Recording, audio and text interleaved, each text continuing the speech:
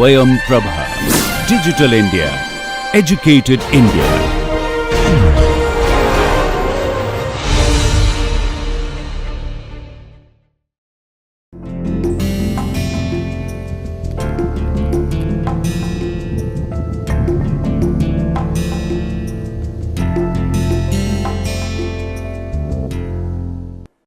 Namaskar. So, in today's session we will discuss about one very important technique for solving the electrical circuit, that is star delta transformation, and then we will proceed for our mesh analysis. So, now let us see what do you mean by star delta transformation. Generally you might have seen that the circuit is not so simple where you have only the resistors or inductors or capacitors in series or in parallel, but it is a combination of series, parallel, and sometimes it is having a different shape. Say in this particular circuit, if you see, the circuit is called a bridge circuit where the resistances are connected in bridge, and hence this is not either series or parallel. So, in these cases the simplification of this circuit can be done by using 3 terminal equivalent of the networks. What do you mean by 3 terminal equivalents? Basically those circuits which are in the form of Y or T or delta, or alternatively you can say pi network, are generally considered as a 3 terminal networks. Now, if you see this particular figure, this is a Y or you can say this is a star circuit where you see the resistances are connected in star form. At the same time you can also, if you stretch it a little bit, it will become a T network. So, basically the star or T are same type of circuits. Similarly, if you see this particular figure which is delta, their resistances are connected in the triangular format. If you expand or if you twist a little bit, you can convert that delta into a pi format.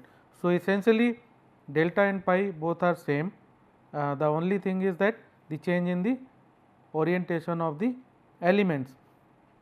So, now in all these circuits what you can do, you can create the terminals like 1, 2, 3, 4 in this case, and similarly for T also you can write the names of the terminals like 1, 2, 3, 4, and for delta or pi also. Now, these circuits are you can see them either part of very large network or they can be the circuit themselves. Now, the question is that how to solve it.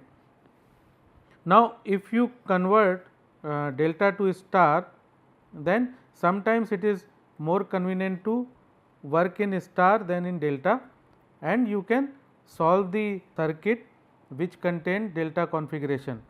So, what does it mean? It means that the circuit which has one particular segment in delta formation and it is difficult to solve, you can convert that delta formation into equivalent star, and then you can solve the circuit which is more convenient to get the answers.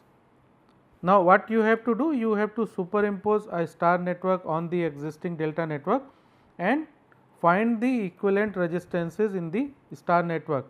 So, what you will do? You will put that star into the delta and you will compare the equivalent resistances which you will see through these terminals, and you have to just equate them, and you will get the values of equivalent star or equivalent delta circuit for the system.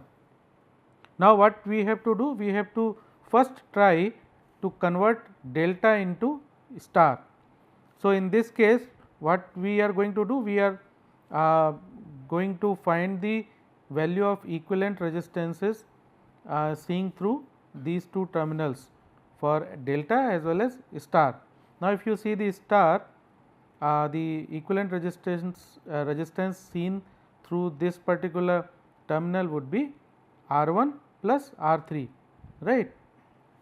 And if you go to the delta circuit, the equivalent resistance would be RB, and RB will have parallel of RC plus RA.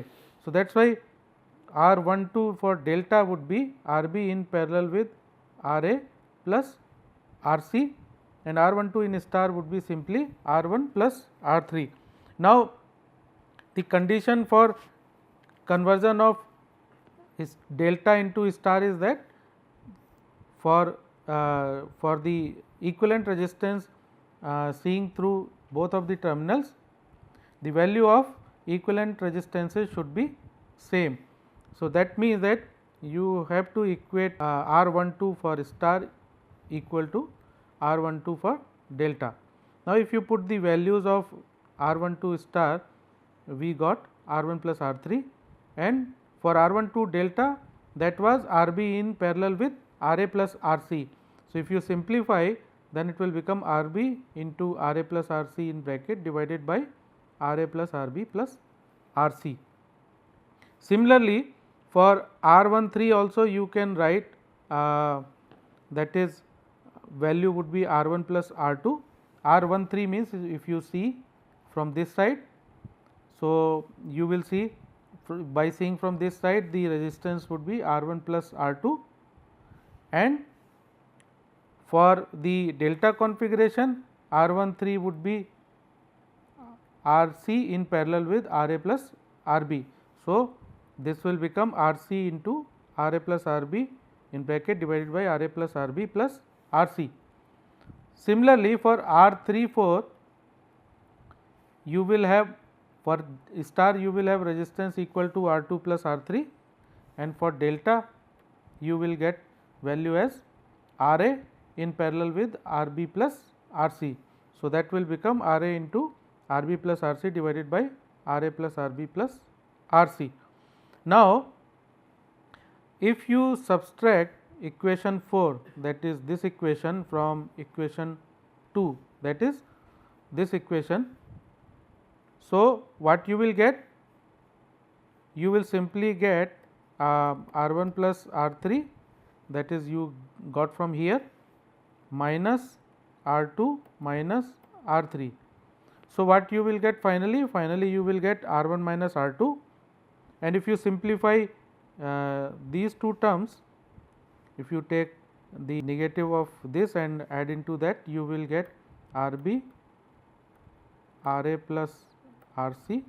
Denominator will remain same because that is RA plus RB plus RC, minus that will be RA RB minus RA RC.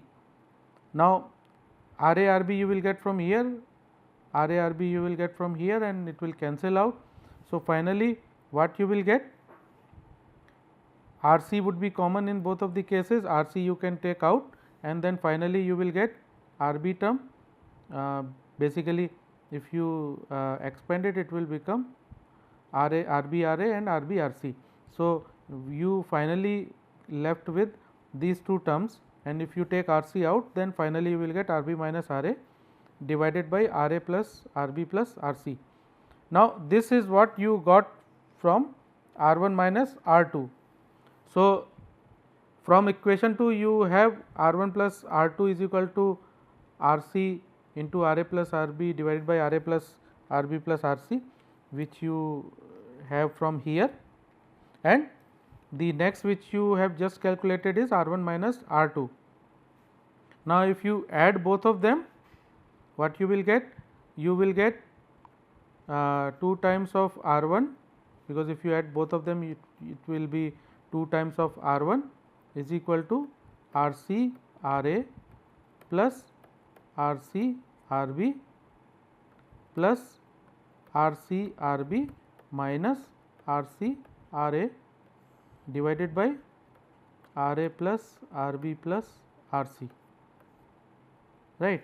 Now, these two terms will cancel out, you will get twice of RB RC. So, 2 will cancel out from both of the sides. Finally, you will get R1 is nothing but RB RC divided by RA plus RB plus RC. Similarly, for R2 also you can calculate, and R3 also you can calculate the values of equivalent star for the delta connected network.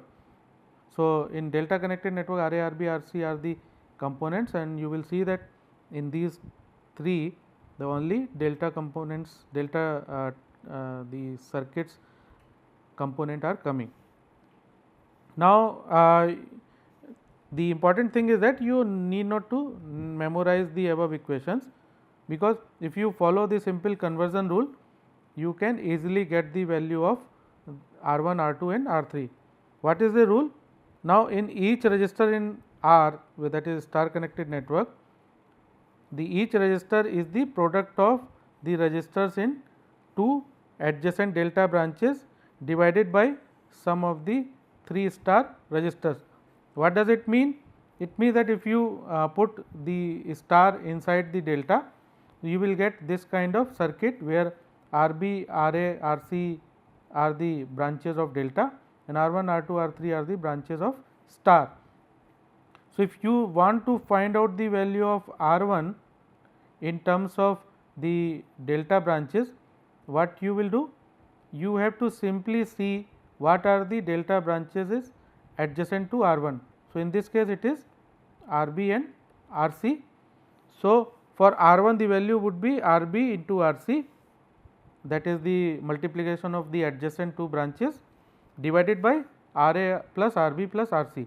Similarly, for R2, if you see the adjacent branches across R2, those are RC and RA.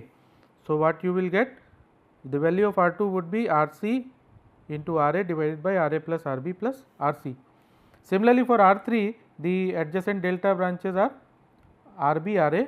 So, RA, RB is the term which will come in numerator, and divided by RA plus RB plus RC. So, if you follow this convention, you need not to worry about how to memorize the formulas for R1, R2 and R3.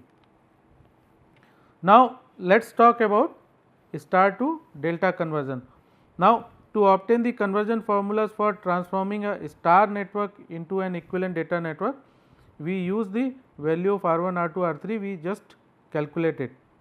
Now, if you use those values and put those values in this expression, that is multiplication of R1, R2 plus R2 into R3 plus R3 into R1, what you will get?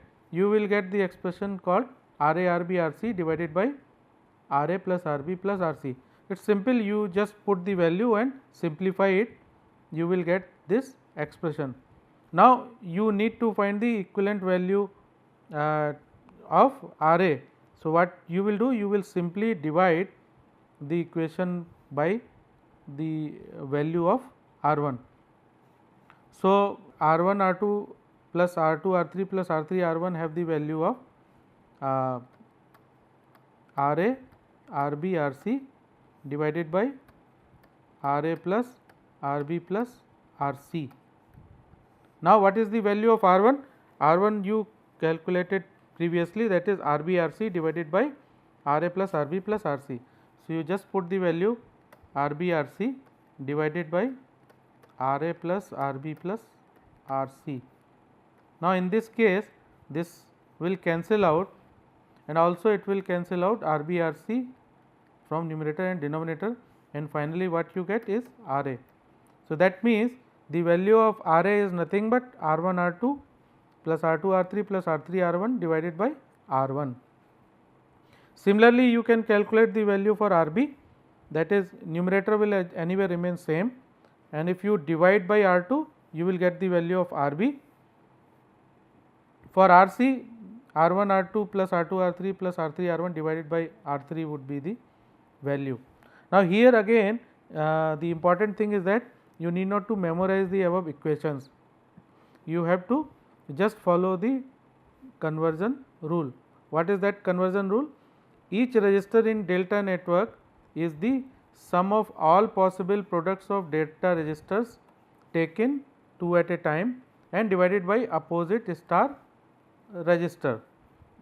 That means, suppose if you are going to find out the value of R A, in the numerator would be the product of sum of all the product of star registers taken 2 at a time. That means, the numerator will be R 1 R 2 plus R 2 R 3 plus R 3 R 1. What would come in denominator? Denominator would be opposite star register. So, in this case, what is the opposite star register? Opposite star register is R 1. So, for the R A you will get R 1 R 2 plus R 2 R 3 plus R 3 R 1 divided by R 1, and this is what we got for R A. Simply for R B also you have numerator same, that is R 1 R 2 plus R 2 R 3 plus R 3 R 1 divided by. Now, for R B what is the register opposite to R B in star? That would be R 2. So, you will get simply the value of R B. Similarly, for R C it will be R 1 R 2 plus R 2 R 3 plus R 3 R 1 divided by, see the value opposite to R C, that is R 3. So, in this way you can easily calculate the value of the corresponding delta elements using star connected elements.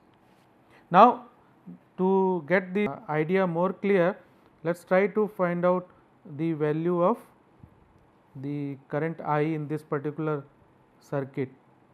Now, before that we have to first find out the value of R A B, that is equivalent resistance across terminal A B.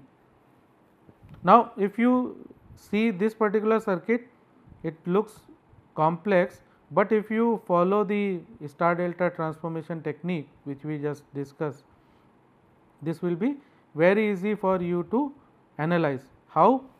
Now, if you see the circuit, there are 2 star networks and 3 delta networks. How? If you see this element and this element, it will create one star sub network. Similarly, this element and again this element will create another star subsection of the network. Similarly, if you see these two and this particular element, it is like a pi, means this is again a delta connected section, and similarly this also is a delta connected section. Third one is this and this is again a delta connected subsection of the network. So, it means that we have 3 delta subnetworks and 2 star subnetworks. Now, to simplify it, you have to just transform one of these so that you can simplify. Now, let us convert the star network comprising of 5, 10 and 20 ohm resistors. So, 5, 10 and 20. So, these are the 3 resistances. Let us put the value R, this is R 1, that is 10 ohm, R 2 is 20 ohm and R 3 is 5 ohm. So, if you have to create equivalent delta, there will be one segment here and third segment would come here. So, what would be the value of this? We just calculated the value for delta element. This would be the the sum of the product of 2 elements, all possible products of 2 elements in a star. So, here what would be the first element? 5 into 10 plus 10 into 20 plus 20 into 5 divided by what we write in the denominator, we write the opposite star element. So, what would be in this case? Opposite star element is 20. For this particular segment, the opposite star element is 20 ohm. right. So, what would be the value of this element?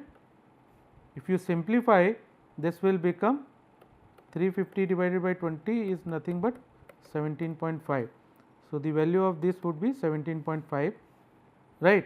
Similarly, for this segment also you can calculate, anyway this will always remain same. So, you have to simply divide it by 5 ohm, you have to simply divide 350 by 5 ohm.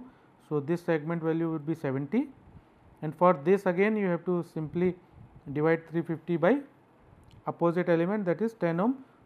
So, you will get 35. So, what you have got now? You have got these three values, that is what we calculated just now. Now, if you see this particular subsection of the network, you can see that these two are in parallel, these two are again in parallel, and these two are again in parallel.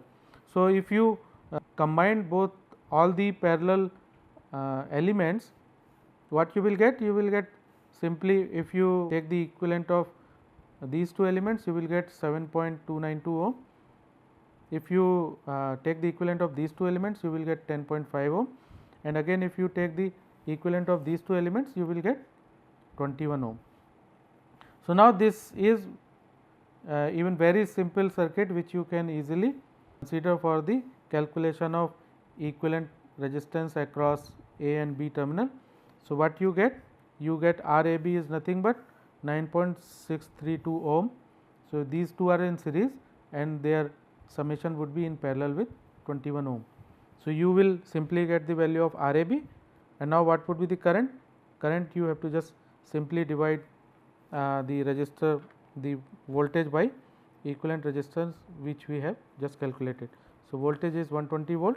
If you divide by 9.632, you will get current as 12.458 ampere.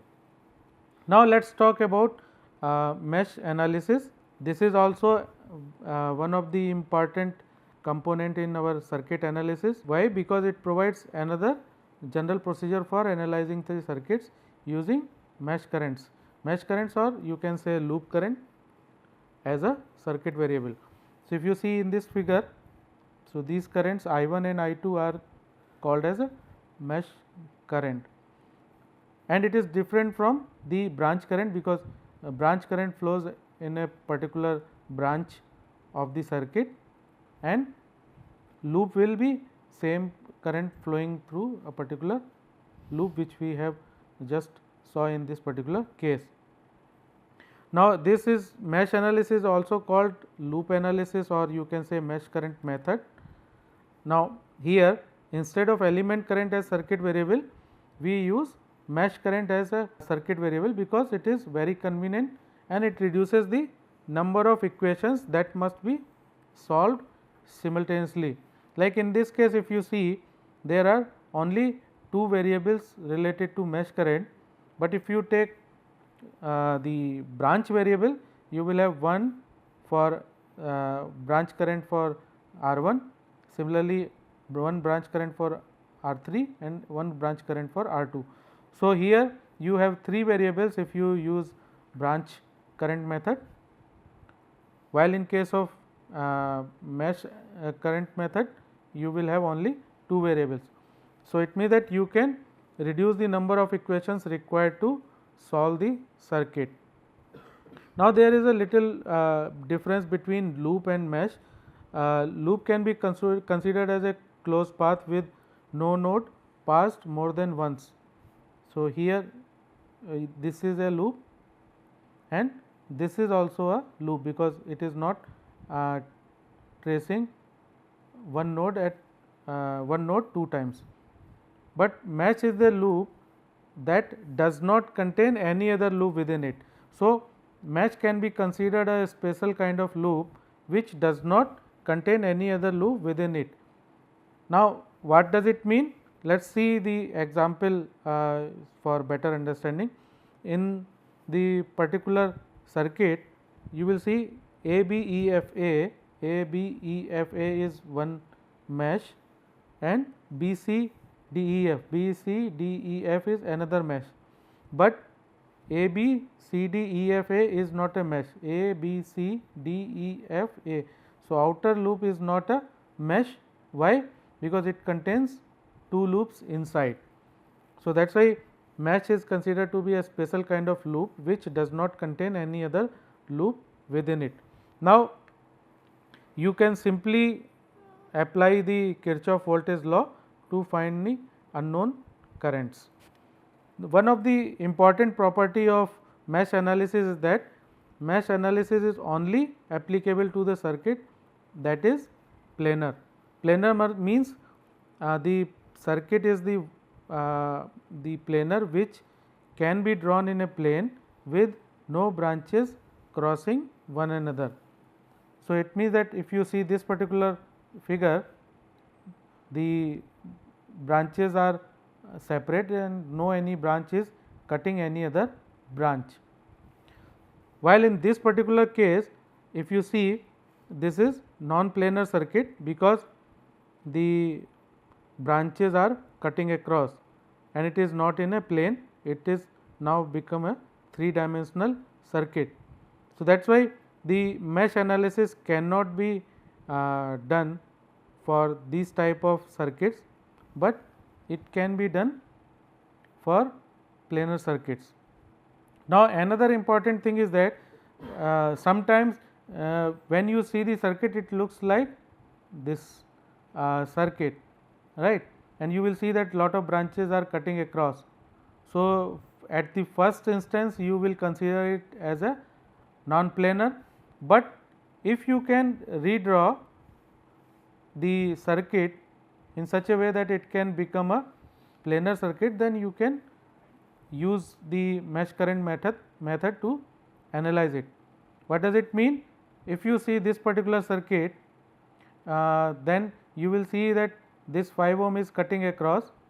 Instead of putting 5 ohm like this, if you put 5 ohm as shown in this figure, it will become non-cutting branch. Similarly, 3 ohm, this particular 6 ohm is also can be arranged in this fashion, and if you remove these two and rearrange, you will get eventually a planar circuit. So, you need to analyze the circuit once before doing the mesh analysis, whether it can be converted into a planar circuit or not. So, for this you can utilize the network topology information which we discussed previously. So, when you create the topological network of this circuit and if you rearrange the nodes and branches in such a way that their connectivity information is not changed, then you can easily find out whether that particular non-planar circuit can be converted into planar circuit or not. And if it can be converted into planar circuit, you can simply run your mesh analysis. Now, what are the various steps to determine the mesh current in the mesh analysis? You have to assign first mesh currents I1, I2, I3 and so on for number of meshes. Suppose in this case there are n mesh, and then you apply Kirchhoff voltage law to each of the n mesh and use Ohm's law to express the voltages in terms of the mesh currents, and then solve the resulting n simultaneous equations to get the mesh currents. Now, one important thing to remember is that although a mesh current may be assigned to each mesh in a arbitrary fashion or in a arbitrary direction, but it is conventional to assume that each mesh current flows clockwise, because this will be easier for you to analyze the circuit and there would be less chances of errors. Like in this case, we have done the we have taken the direction of the mesh currents as clockwise.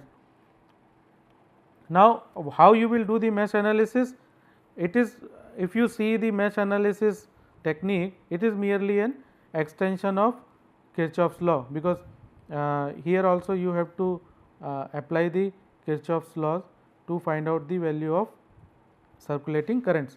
Now, if you consider this particular figure, there you will see that network has 3 circulating currents, that is I1, I2 and I3. Now all have been assigned a clockwise direction for not to take risk of error, and then we have to analyze these currents which are called mesh currents. So if you see this circuit and analyze, what you will do, you will use Kirchhoff's voltage law in each mesh, and then you will try to find out what would be the equations for those mesh currents. So if you see in this figure, the mesh the equation for this particular mesh would be, if you start from here, minus E1 plus I1 minus I2, because here I2 direction would be in this direction, I1 would be in this direction, right. So for Z2 it will be I1 minus I2 into Z2 plus I1 into Z1.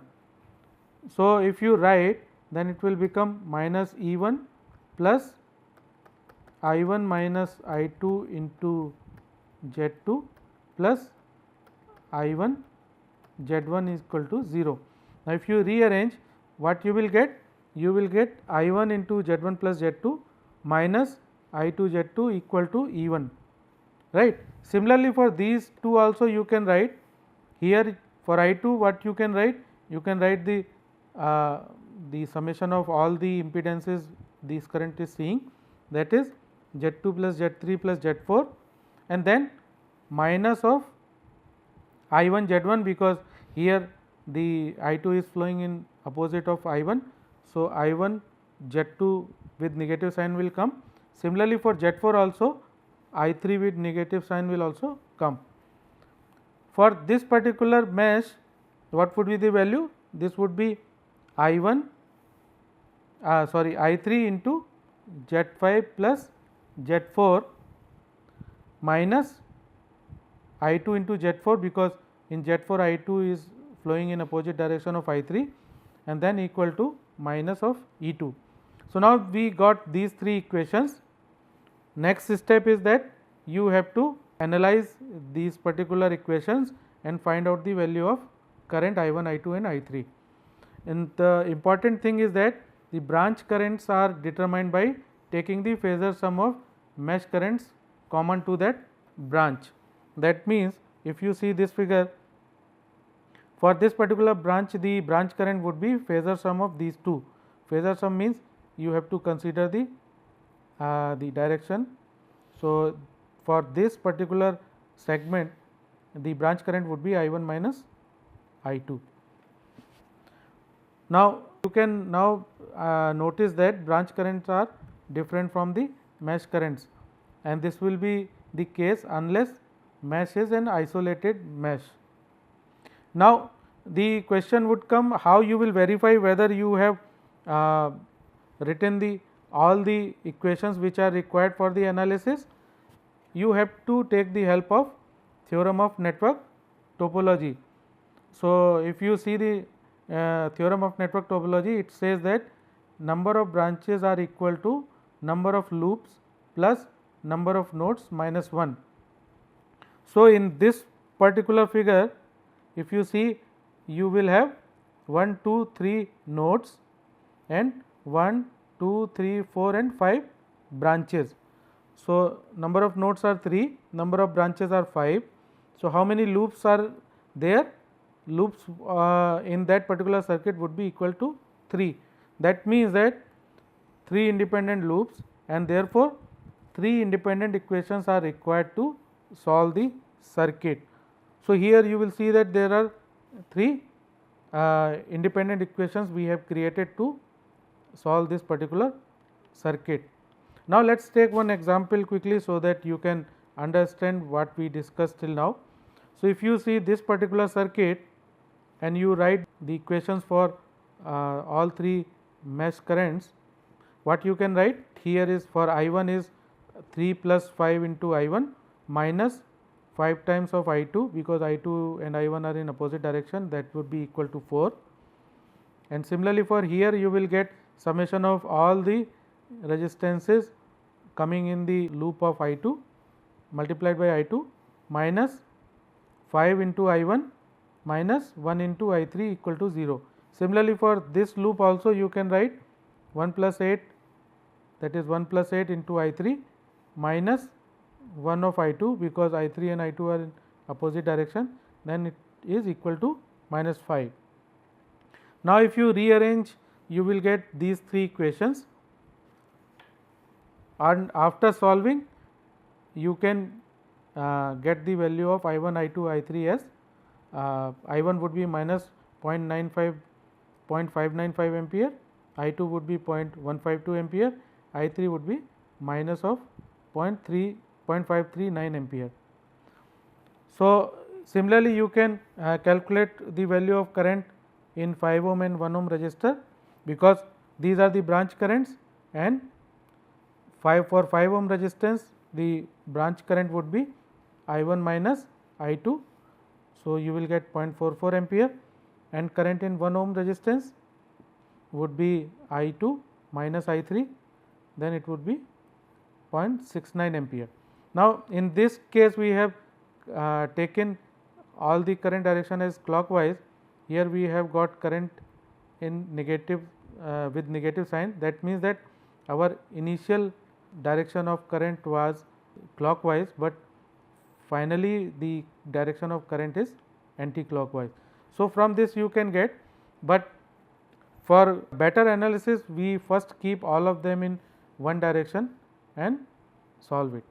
So, with this we close our today's session, and we will continue the analysis using mesh analysis in the next session also. Thank you.